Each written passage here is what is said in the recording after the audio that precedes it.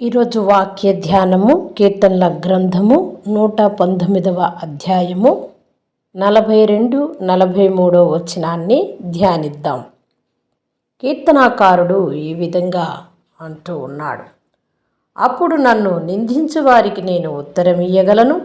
ఎలయనగా నీ మాట నమ్ముకొని ఉన్నాను.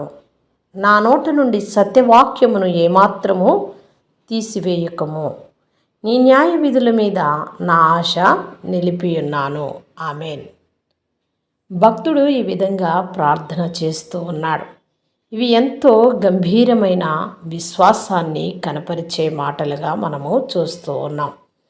ప్రియ సహోదరుడా, సహోదరి, దావీదు చెప్తున్నది ఏమిటంటే, తను ఎవరైనా నిందించి, అవమానించి, అపహసించి, అధైర్యపరిచి ఉన్న సందర్భంలో మనము కూడా ఈ వాక్యాన్ని ఎత్తిపట్టుకొని ప్రార్థించాలి. మన జీవితంలో ఎవరైనా ఏదైనా మనల్ని అన్యాయముగా అన్నప్పుడు కానీ, ఒకవేళ మనం వెళుతున్న మార్గములో మరి ఏదైనా ఇబ్బంది సమస్య తలెత్తినప్పుడు కానీ, మనము దేవునిపైన విశ్వాసముతో బలమైన నమ్మకముతో దేవునికి ఈ విధంగా మొరపెట్టాలి. అయ్యా, నన్ను నిందించే వారి ముందు నేను ఉత్తరమియ్యగలిగేలాగా నన్ను చెయ్యి. నిన్నే నమ్ముకొని ఉన్నాను.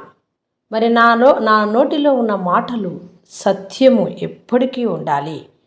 నీ న్యాయ విధుల మీదే నేను ఆశ పెట్టుకున్నాను కాబట్టి నీవు అన్యాయస్తుడివి కాదు. పరిశుద్ధ గ్రంథంలో ఎబ్రీల్కి రాసిన పత్రికలో దేవుని వాక్యం సెలవిస్తుంది, దేవుడు ఎన్నడూ అన్యాయస్తుడు కాదు అని. మరి అదేవిధంగా మరి ఆయన అడుగుతూ ఉన్నాడు, అటు శక్తిని నాకు దయచేయ్యా. ప్రార్థన చేసుకుందాం. దేవుని వాక్యం పైన నమ్మకం ఉండాలని బలమైన నిర్ణయం తీసుకుందాం.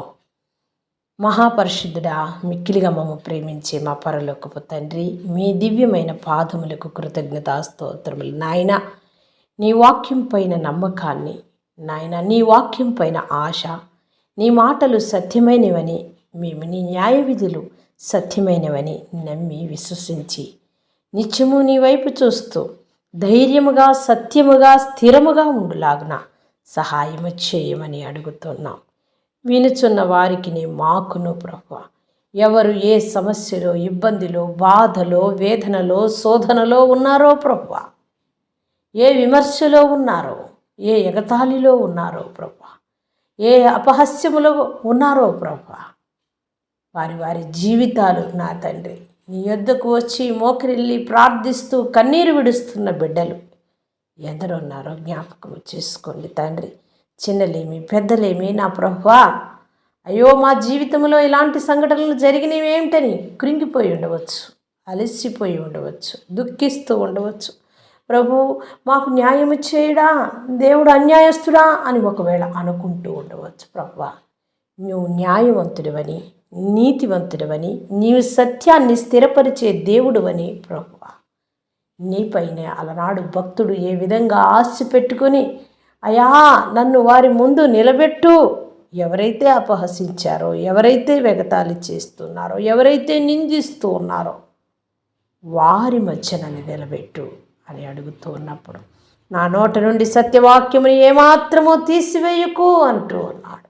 అవును ప్రభువా, నీ న్యాయ విధుల మీద ఆశ పెట్టుకొని ప్రతి ఒక్క మనిషి, ప్రతి ఒక్క విశ్వాసి నీ యందు భయభక్తులు కలిగి జీవించాలని ప్రభువా కోరుకుంటున్నాం.